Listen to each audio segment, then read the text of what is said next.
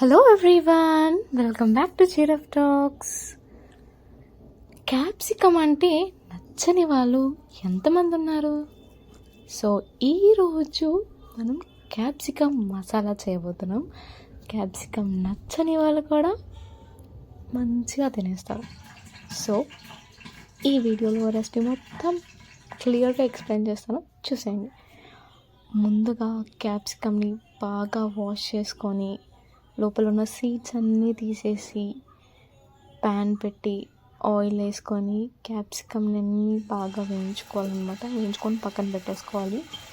Next అదే ఆయిల్లో బిర్యానీ మసాలాలు వేయాలి. స్టార్ ఫ్లవర్ అండ్ జీలకర్ర వేయించుకున్నాక ఆనియన్స్ యాడ్ చేసుకొని కొంచెం ఫ్రై చేసుకున్నాక అలాగే కొంచెం పచ్చిమిర్చి, అలాగే కొంచెం కరివేపాకు అండ్ అల్లం వెల్లుల్లిపాయ పేస్ట్ కూడా యాడ్ చేసుకొని బాగా మిక్స్ చేసుకొని ఒక 5 minutes మగ్గించుకోవాలన్నమాట. ఇది మగ్గాక నెక్స్ట్ మనం మసాలా పేస్ట్ తయారు చేసుకోవాలి. మసాలా పేస్ట్లో నేను నువ్వులు, పల్లీలు, ధనియాలు అండ్ అలాగే కొంచెం కొబ్బరి కూడా యాడ్ చేసి మిక్సీ పట్టాను.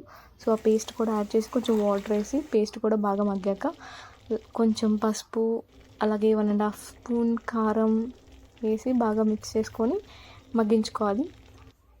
మగ్గించిన తర్వాత నెక్స్ట్ క్యాప్సికమ్ మనం ఏదైతే వేయించుకున్నామో క్యాప్సికమ్ని అందులో నీట్గా వేసుకున్నాక కొంచెం వాటర్ వేసుకొని ఒక 15 minutes కర్రీని బాగా మగ్గించుకోవాలి మూత పెట్టేసుకొని. సో కర్రీని బాగా మగ్గించేసుకున్నాక లాస్ట్లో ధనియా పౌడర్ అండ్ అలాగే కొంచెం గరం మసాలా యాడ్ చేసుకొని పైన కొత్తిమీర చల్లుకొని దించేసుకోవడమే. చాలా టేస్టీగా ఉంటుంది. మీరు కూడా ట్రై చేయండి. అండ్ ఈజీ రెసిపీ కూడా. ఇందాక నా వీడియోలో చూసిన మసాలా బాక్స్ నేను నుమాయిష్లో తీసుకున్నాను. అండ్ దీనికి combination white rice, chapati and bagara rice కూడా బాగుంటుంది.